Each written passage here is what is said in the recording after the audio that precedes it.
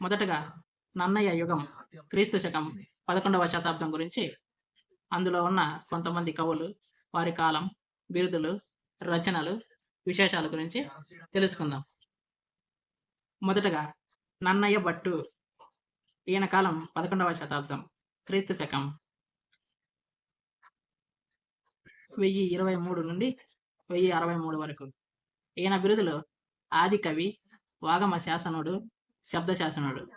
ఈయన రచనలు ఆంధ్ర మహాభారతం, ఆది పర్వం, సభాపర్వం, అరణ్య పర్వం, 4వ ఆశ్వాసం, 142వ పద్యం వరకు, ఆంధ్ర శబ్ద చింతామణి మరియు ఇంద్ర విజయం, అలాగే చాముండిక విలాసం. ఈయన విశేషాలకు వచ్చేసరికి మహాభారతాన్ని రాజరాజ నరేంద్రునికి అంకితం ఇచ్చాడు. నన్నయ్య కవితా గుణాలు, అక్షర రమ్యత, ప్రసన్న కథా కవితార్థ యుక్తి, నానా రుచిరార్థ సూక్తి నిదిత్యం. తరువాత నారాయణ భట్టు. ఈయన కాలం 11వ శతాబ్దం. ఈయన బిరుదు కవి భవజ్రాంకుడు. కవి భవజ్రాంకుడు. ఈయన విశేషాలు నన్నయ్యకు భారత రచనలో సహాయం అందించాడు. నారాయణ భట్టు నన్నయ్యకు భారత రచనలో సహాయం అందించినది ఎవరంటే నారాయణ భట్టు. ఈయన బిరుదు కవి భవజ్రాంకుడు. తరువాత పావులూరి మల్లన. పావులూరి మల్లన. ఈయన కాలం 11వ శతాబ్దం. బిరుదులు సరస సాహిత్య లక్షణ విచక్షుడు. సరస సాహిత్య లక్షణ విచక్షుడు. ఎవరి బిరుదు? పావులూరి మల్లన గారి బిరుదు. ఈయన రచనలు సార సంగ్రహ గణితం, సార సంగ్రహ గణితం మరియు భద్రాద్రి రామశతకం. భద్రాద్రి రామశతకము, సార సంగ్రహ గణితము. ఎవరి రచనలయ్యా అంటే పావులూరి మల్లన గారి రచనలు. ఈయన 11వ శతాబ్దానికి చెందిన వ్యక్తి. అదే విధంగా ఈయన విశేషాలు తొలి తెలుగు గణిత శాస్త్ర గ్రంథకర్త పావులూరి మల్లన. తొలి తెలుగు గణిత శాస్త్ర గ్రంథకర్త కూడా ఈయనే. తరువాత మల్లీయ రేచన. మల్లీయ రేచన. ఈయన 11వ శతాబ్దానికి చెందిన వ్యక్తి. ఈయన బిరుదు శ్రావకాభరణుడు. శ్రావకాభరణుడు. రచనలు కవి జనాశ్రయం. కవి జనాశ్రయం. ఈయన విశేషాలు తొలి తెలుగు చందో గ్రంథం. తొలి తెలుగు చందో గ్రంథం రచించినది ఎవరయ్యా అనగా మల్లీయ రేచన. ఈయన బిరుదు శ్రావకాభరణుడు. రచనలు కవి జనాశ్రయం.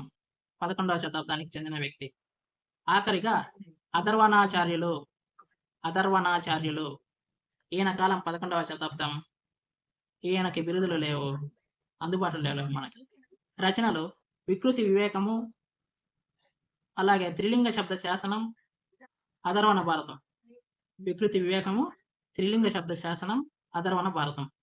ఈయన విశేషాలు నన్నయ్య తరువాత భారత పూరణ చేపట్టాడు, కానీ ఆ గ్రంథం అలభ్యమైంది. ఆ గ్రంథం అలభ్యం. 11వ శతాబ్దానికి చెందిన కవులు ముఖ్యంగా 5గురు ఉన్నారు. వారిలో నన్నయ్య భట్టు, నారాయణ భట్టు, పావులూరి మల్లన, మల్లీయ రేచన, అధర్వణాచార్యులు. వీరు 5గురు ముఖ్యులు. ఆదికవి, వాగమ శాసనుడు, శబ్ద శాసనుడు అనే బిరుదులు కలిగిన వ్యక్తి నన్నయ్య భట్టు. కవి భవజ్రాంకుడు బిరుదు కలిగిన రచయిత నారాయణ భట్టు.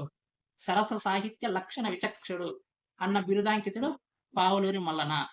శ్రావకాభరణుడు బిరుదు కలిగిన వ్యక్తి మల్లీయ రేచన. తొలి తెలుగు గణిత శాస్త్ర గ్రంథకర్త ఎవరు? పావులూరి మల్లన. తొలి తెలుగు చందో గ్రంథం రచయిత ఎవరు? మల్లీయ రేచన. మహాభారతాన్ని రాజరాజ నరేంద్రుడికి అంకితం ఇచ్చినది ఎవరు? నన్నయ్య భట్టు. నన్నయ్యకు భారత రచనలో సహాయం అందించిన వ్యక్తి ఎవరు? నారాయణ భట్టు. నన్నయ్య తర్వాత భారత పూరణ చేపట్టినది ఎవరు? అధర్వణాచార్యులు. ఈ విధముగా మనకి ఎటు నుండి ఎటు ప్రశ్న వచ్చినా మన సమాధానం ఇవ్వడానికి సిద్ధముగా ఉండాలి. సార సంగ్రహ గణితం రచనను చేసినది ఎవరు? పావులూరి మల్లన. కవి జనాశ్రయం రచన చేసినది మల్లీయ రేచన. వికృతి వివేకము రచించినది ఎవరు? అధర్వణాచార్యులు. ఇంద్ర విజయం రచించినది నన్నయ్య భట్టు. ఆంధ్ర శబ్ద చింతామణి రచించినది నన్నయ్య భట్టు. ఇలా ఏ ప్రశ్న వచ్చినా సమాధానం చేయడానికి సిద్ధంగా ఉండాలి. శివకవి యుగం క్రీస్తు శకం 12వ శతాబ్దం గురించి ఇప్పుడు తెలుసుకుందాం. నన్నెచోడుడు క్రీస్తు శకం 12వ శతాబ్దం. ఈయన బిరుదు కవిరాజ శిఖామణి, టెంకనాదిత్య వివేక బ్రహ్మ. ఈయన రచనలు కుమార సంభవం మరియు కళావిలాసం. కుమార సంభవం, కళావిలాసం అనే రచనలు చేసినది నన్నెచోడుడు. 12వ శతాబ్దానికి చెందిన వ్యక్తి. ఈయన విశేషాలు: జాన తెలుగును ప్రవేశపెట్టాడు. అష్టాదశ వర్ణనలు చేసిన తొలి కావ్యం కుమార సంభవం. అష్టాదశ వర్ణనలు చేసిన తొలి కావ్యం ఏదయ్యా? కుమార సంభవం. కుమార సంభవాన్ని రచించినది ఎవరు? నన్నెచోడుడు. కవిరాజ శిఖామణి బిరుదాంకితుడు ఎవరు? నన్నెచోడుడు. నెక్స్ట్ మల్లికార్జున పండితుడు. మల్లికార్జున పండితుడు ఈయన కాలం 1155 నుండి 1230 సంవత్సరాలు. ఈయన రచనలు శివతత్వసారం, శ్రీగిరి మల్లికార్జున శతకం. శివతత్వసారం, శ్రీగిరి మల్లికార్జున శతకం రచనలు రచించినది మల్లికార్జున పండితుడు. ఈయన విశేషాలు: తెలుగు శతక ప్రక్రియకు ఆద్యుడు. తెలుగు శతక ప్రక్రియకు ఆద్యుడు ఎవరు? మల్లికార్జున పండితుడు. లింగోద్భవ గద్యము, బసవ గీతాలు వంటి పెక్కు సంస్కృత గ్రంథాలు రచించారు ఈయన. ఎవరు? మల్లికార్జున పండితుడు. తరువాత పాల్కూరికి సోమనాథుడు. పాల్కూరికి సోమనాథుడు. ఈయన కాలం క్రీస్తు శకం 1160 నుండి 1240 వరకు. ఈయన బిరుదు శతకవాజ్మయ బ్రహ్మ. శతకవాజ్మయ బ్రహ్మ. ఈయన రచనలు అనుభవసారం, చతుర్వేద సారం, చెన్నమల్లు, సీసాలు, వృషాధిప శతకం, బసవ పురాణం, పండితారాధ్య చరిత్ర, మల్లమ్మదేవి పురాణం మొదలగునవి. అనుభవసారం, చతుర్వేద సారం, చెన్నమల్లు సీసాలు, వృషాధిప శతకం, బసవ పురాణం, పండితారాధ్య చరిత్ర, మల్లమ్మదేవి పురాణం మొదలగు రచనలు రచించినది పాల్కూరికి సోమనాథుడు. ఈయన బిరుదు శతకవాజ్మయ బ్రహ్మ. ఈయన విశేషాలు: తొలి ద్విపద కావ్యం, తొలి నిర్వచన కావ్యం, తొలి దేశీ పురాణం, తొలి శతకం, తొలి ఉదాహరణ కావ్యం రచించిన వాడు పాల్కూరికి సోమనాథుడు. తొలి ద్విపద కావ్యము ఈయనే, తొలి నిర్వచన కావ్యము ఈయనే, తొలి దేశీ పురాణము ఈయనే, తొలి శతకము ఈయనే, తొలి ఉదాహరణ కావ్యము రచించినది కూడా ఈయనే. పాల్కూరికి సోమనాథుడు.